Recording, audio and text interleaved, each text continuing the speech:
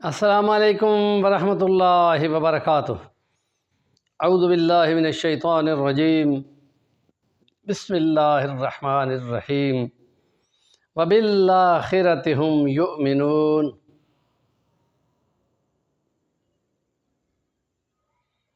وقال اللہ تعالیٰ فی سورۃ الفاتحہ مالک یوم الدین، وقال اللہ تعالیٰ یوم یقوم الاشہاد، وقال اللہ تعالیٰ وَإِن مِّنكُمْ إِلَّا وَارِدُهَا كَانَ عَلَىٰ رَبِّكَ حَتْمًا مَّقْضِيًّا۔ صدق اللہ العظیم۔ رب اشرح لی صدری ویسر لی امری واحلل عقدۃ من لسانی یفقہوا قولی۔ اللہ وہ ہے جو بدلے کے دن کا مالک ہے اور آخرت پہ ان کا یقین ہے، ایمان ہے، اور تم میں سے کوئی ایسا نہ ہوگا جو جہنم کے اوپر سے نہ گزرے گا، یعنی پل صراط پر سے اس کو گزرنا ہوگا۔ حدیث مبارکہ میں اس کی تفصیل آئی ہے۔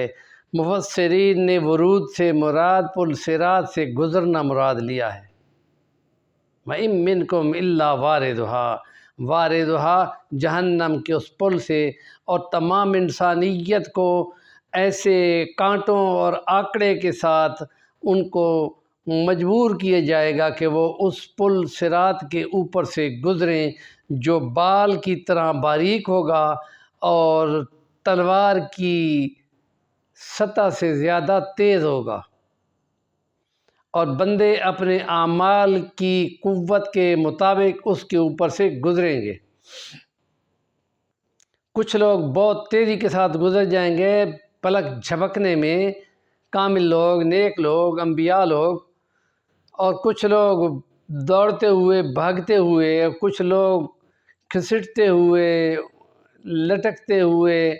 اور اس بات کو زرتشتی مذہب کی کتاب اوسطی میں بیان کیا گیا ہے کہ جو نیک لوگ ہوں گے وہ نوجوان لڑکی کی طرح بھاگتے ہوئے گزر جائیں گے، اور جو گناہ گار لوگ ہوں گے وہ بوڑھیا کی طرح بہت مشکل سے چلتے چلتے، اور جو کافر لوگ ہوں گے وہ اسی میں پھسل کر کٹ کر نیچے جہنم ہوگی اس میں جا پڑیں گے، اور گھٹنوں کے بل خدا ان کو وہیں پڑا رہنے دے گا، اور وہ ان کا مسکن بھی وہی ہونا ہے۔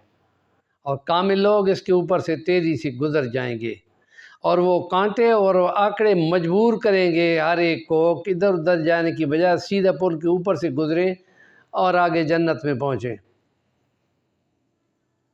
یہ قرآن نے بیان کیا ہے، تمام مذہبی کتابوں میں اس کا تذکرہ ہے۔ اللہ کرے کہ بندے ایسے اعمال کریں کہ وہاں سے بجلی کی تیزی کی طرح گزر جائیں۔